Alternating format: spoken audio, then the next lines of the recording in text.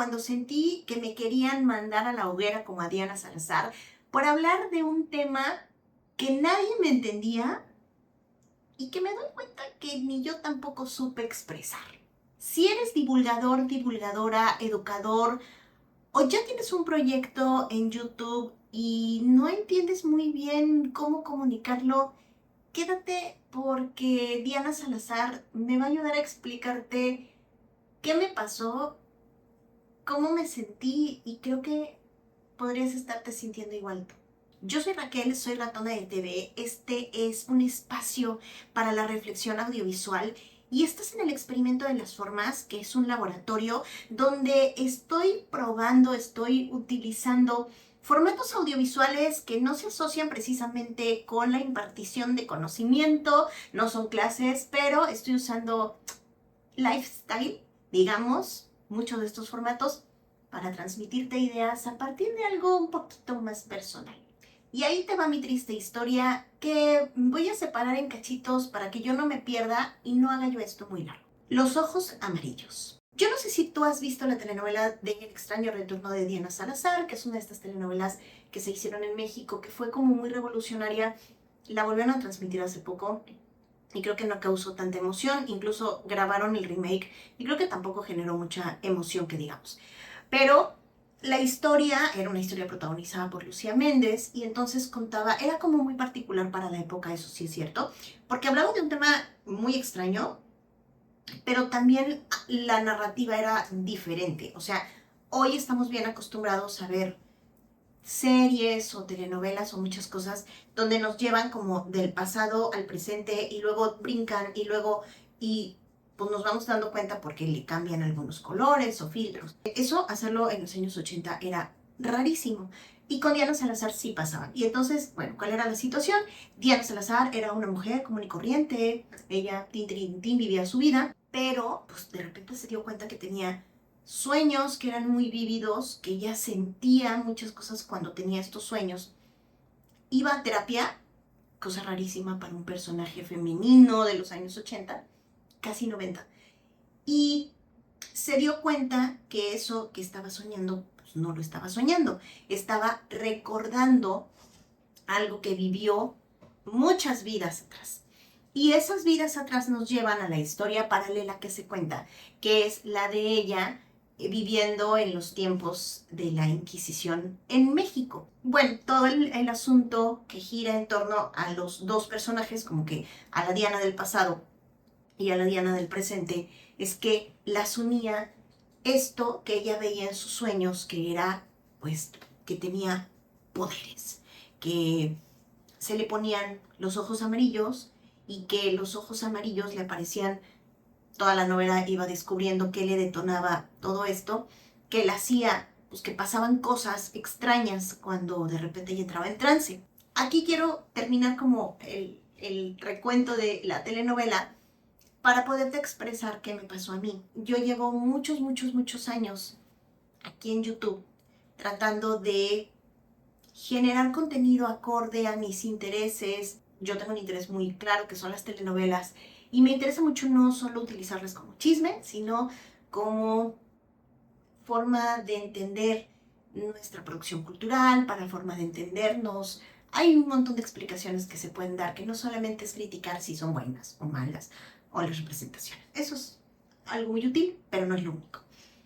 Y yo he querido en este año particularmente, bueno, llevo como un año y medio, pero particularmente este 2026, para mí ha sido importante pues darle más forma a este concepto de educación mediática que solo vive con videos, hice podcast, pues escribo ahora en Substack. Creo que me pasaba un poco como los ojos amarillos de Diana Salazar, que yo sé pues que he ido acumulando muchas cosas, pero pues quizás no sé, no había sabido muy bien, como ella con sus poderes, pues de qué me servía todo esto, cuál era el objetivo.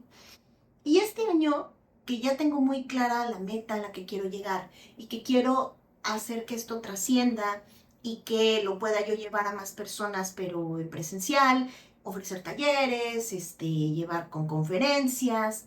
Mi objetivo, creo que ya me siento súper lista para ese momento. Pues doy clases, soy docente y sí me interesa mucho que mi tema particularmente, que es el de la educación mediática o el de la educación para los medios, a partir de componentes emocionales y estos pretextos, lleguen a muchas personas. Me interesa muchísimo. Que no sientan que solo es algo que tenemos los comunicólogos nada más. Y pues me he animado y precisamente este mes me animé a tener interacciones con distintas personas en mi estado. Vivo en el estado de Tabasco, México. Entonces hice citas, busqué los espacios donde dije, creo que aquí cabe mi proyecto, creo que aquí cabe. Y pues me dieron la oportunidad de hablar de lo que yo iba a exponer. Pero creo que todavía hasta apenas hace unos días que me pasó esto, me di cuenta que estoy como Diana Salazar, que no sé comunicar muy bien qué hago con lo que tengo. ¿Qué hacía Diana con sus ojos amarillos? Solo movía cosas y se asustaba. Y yo en este caso me ocurrió que en estas dos oportunidades que tuve como de ofrecer mi proyecto, no solo no tuve éxito, por un montón de razones que yo también achaco a una cuestión coyuntural, a que pues por lo menos aquí en el estado la comunicación se entiende desde las formas mucho más de información o periodísticas que lo que yo promuevo. Pero olvidémonos de eso. Me di cuenta que cuando expuse lo que yo quería, no se entendía lo que yo estaba ofreciendo. Yo, la comunicóloga, no estaba sabiendo expresar para qué pedí esos espacios y qué quería yo lograr con ello. Y fue extraordinariamente frustrante y me sentí así un poco como Diana Salazar cuando no tenía ni idea de para qué le servían esos extrañísimos ojos amarillos. Que por cierto, fueron obra de Guillermo del Toro, nada más ni menos. La bruja. Ahora, no fue casual que los creadores de esta novela ubicaran la problemática de la Diana del pasado en los tiempos de la Inquisición, donde, pues para el conocimiento de la época, para los estigmas de la época y para todo lo que regía, digamos, a pues la Iglesia Católica, pues quizás todo lo que no era de acuerdo a las formas que se esperaban de las mujeres de ese momento y todo lo que pareciera diferente, solo tenía un camino, que es bruja, quémela. Y por eso es que expreso que me siento como si yo misma hubiera ayudado a cortar los palos para mi propia hoguera. Porque en estas realidades en pasado y presente que van llevando a Diana Salazar, pues te van contando que justamente la gente que empezó a descubrir que Diana de pronto algo la detonaba y se le ponían los ojos y entonces movía cosas, tenía telequinesis, y todo esto, pues la gente decía, no lo podemos explicar con nada, no sabemos qué es esto, ergo es bruja. Y entonces decía Diana, no, no soy bruja. Quizás porque el concepto que ella tenía de ser bruja era uno, y a ella le estaban acusando por algo que ella misma entendía. Creo que saliendo de la oficina, de la segunda oficina o de la segunda entrevista que tuve, donde sí me sentí que fue rarísima la experiencia, me sentí muy frustrada, pero además me dio mucho coraje porque la persona que amablemente me dio su tiempo para expresarme, me di cuenta que por lo menos en dos ocasiones se perdió de lo que yo le estaba ofreciendo, entendió otra cosa. No entendió que yo estaba vendiendo la posibilidad de que el proyecto de educación mediática de Ratón TV llegara a otro lugar, pudiera yo dar talleres, pudiera yo hablar con la gente. No lo entendió así. 3 veces me preguntó, 2 o 3 veces me preguntó otras cosas pensando que yo era lo que iba a ofrecer. Como que me costó mucho trabajo entender esto, pero también entendí que es bien difícil en esos espacios que yo creí que eran los ideales, ofrecer algo cercano a la divulgación. Porque las formas en las que hoy en día el conocimiento está viajando son muy variadas. Y yo, pues por formación, por una misma experiencia laboral que he repetido en distintas ocasiones y que es como el camino que más conozco, que es el de trabajar para las instituciones, y porque en toda la lógica en la que yo me he manejado, siempre he sido como muy institucional, como no, esto tiene que partir de universidades o de escuelas, eh, porque si no a nadie le interesa, si no hay un soporte de ese sentido. En mi cabeza eso funcionaba muy bien. Y me di cuenta que estar pidiendo la aprobación de que mi proyecto pudiera caber en esos espacios hacía que lo que yo tengo, todo este acervo, todo este tiempo que yo he hecho videos, que yo he construido a Ratona de TV, que sí, es el momento que no tienes mucha idea, páusale, checa todo el material que tengo, porque hablo mucho de telenovelas, pero también hablo de medios, recomendando libros, tratando de hacer este ejercicio que sí hacemos los divulgadores, que es ya mi etiqueta de bruja. Bueno, no soy bruja, soy divulgadora. Y creo que defender la parte de que un divulgador es un traductor y que es muy necesario, porque no hay una parte dentro de la divulgación donde tengas que hacer una medición como de resultados a nivel científico, porque con eso también me topé. Y yo dije, pero ¿por qué no están entendiendo? Porque no estoy comunicando, porque no tenía yo muy claro cuál era mi concepto de bruja, poniéndolo en términos de Diana Salazar. Porque Diana decía, no, yo no soy bruja. ¿Qué concepto tendría esa Diana Salazar de bruja? Pues a lo mejor algo que no tenía ojos amarillos. Pero ella fue haciendo su propio concepto de acuerdo a lo que ella era y que se iba reconociendo como tal. Es mi caso y me tomó lamentablemente otros grandes así encontronazos, así portazos, que han sido muy dolorosos, porque para quien no sabe, tratar de sobrevivir en el entorno de la lógica de la divulgación en redes sociales o en YouTube es muy complicado, sobre todo si queremos ganar, si queremos monetizar, si queremos impactar y que sea redituable. Hace poco escuché una conferencia de un divulgador que dice, no se vive de la divulgación. Y eso me emperra muchísimo porque somos personas bien necesarias. Yo no sé si Diana Salazar hubiera defendido el hecho, o la Diana del pasado, hubiera defendido el tipo de bruja que era. No sé. Pero me enseñó toda esta experiencia que yo sí puedo defender que soy una divulgadora y cuál es la necesidad real de que existamos divulgadores que traduzcamos y que nuestra certeza está en que la traducción sea efectiva, que llegue a la gente y que la gente pueda aprender y llevar a su vida cotidiana este aprendizaje. Hacerme cargo de mis poderes. Y pues toda bruja tiene poderes. Creo que los divulgadores tenemos superpoderes.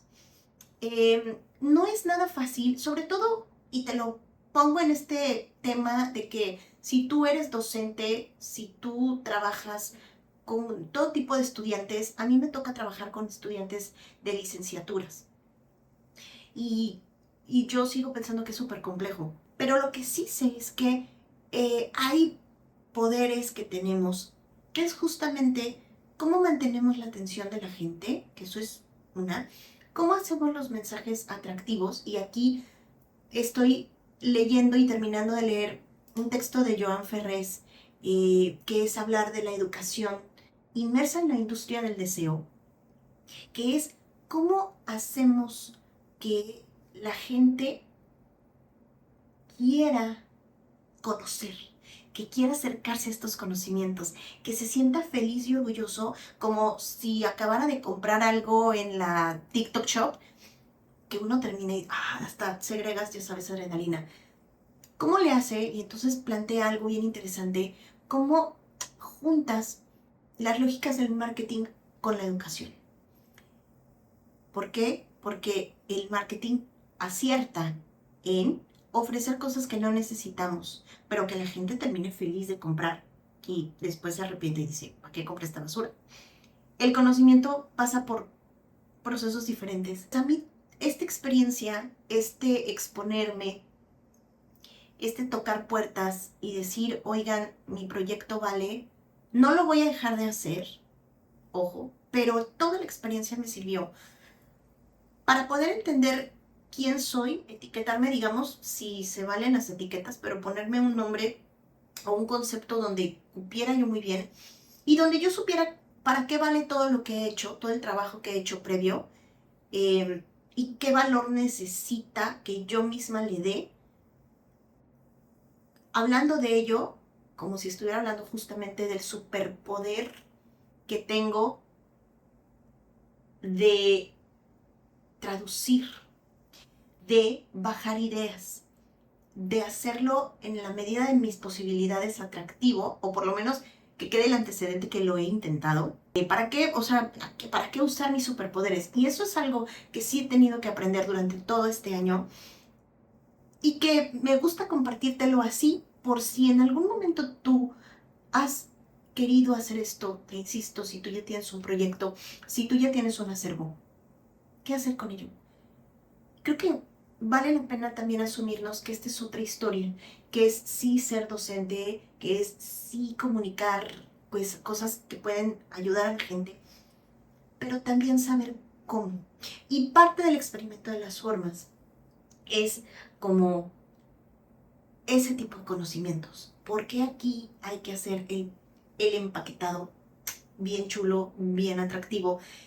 Y a veces nos resistimos, y a veces también nos resistimos a entender y a clarificar, que ahí es donde creo que viene la parte del marketing, y que parece que no, pero a veces uno lo diseña, pero sí es un superpoder, toda esa base para decir con claridad quién quieres que sea beneficiado de tus superpoderes, que es algo que a mí me ha faltado muchísimo, porque yo parto de la lógica de que todo el mundo tiene que aprender esto.